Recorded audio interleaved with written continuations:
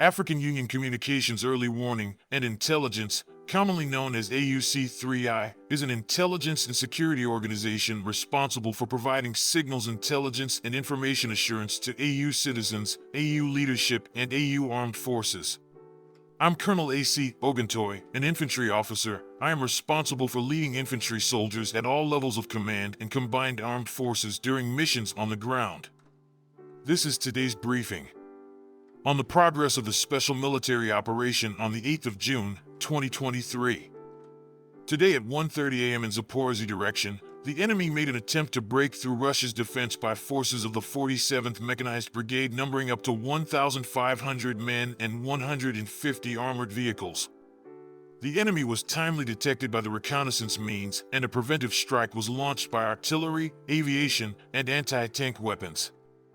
In all four directions, the enemy was stopped and driven back with heavy losses. In South Donetsk direction, 4 enemy armored fighting vehicles wiped out. In South Donetsk direction, the Ka-52 ground attack and reconnaissance helicopters eliminate armored vehicles and militants of the Ukrainian armed forces in South Donetsk direction. Alligators employed high-precision guided missiles to engage uncovered self-propelled artillery positions and supporting enemy armored vehicles. In Kupiansk direction during combat actions, reconnaissance of the Zapad group of forces has uncovered the movement of military hardware of the 102nd Separate Territorial Defense Brigade. UMSTS howitzer under the command of Sergeant Andrei Prokhorov destroyed one IFV near Kislavka. A Grad MLRS under the command of Junior Sergeant Ivan Prozorov also destroyed an enemy Grad multiple rocket launcher near Rodnyanskoye.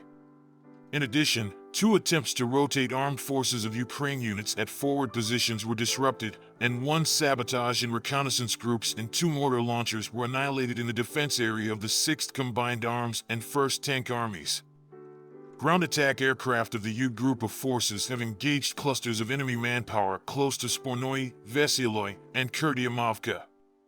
Artillery units of the group annihilated enemy D-20 and D-30 howitzers at firing positions near Zvanovka and Serebryanka, 2 S-1 Gvozdika self-propelled artillery system and 122 mm mortar near Belaya Gora, and 122 mm gun near Krasnogorovka during counter-battery warfare.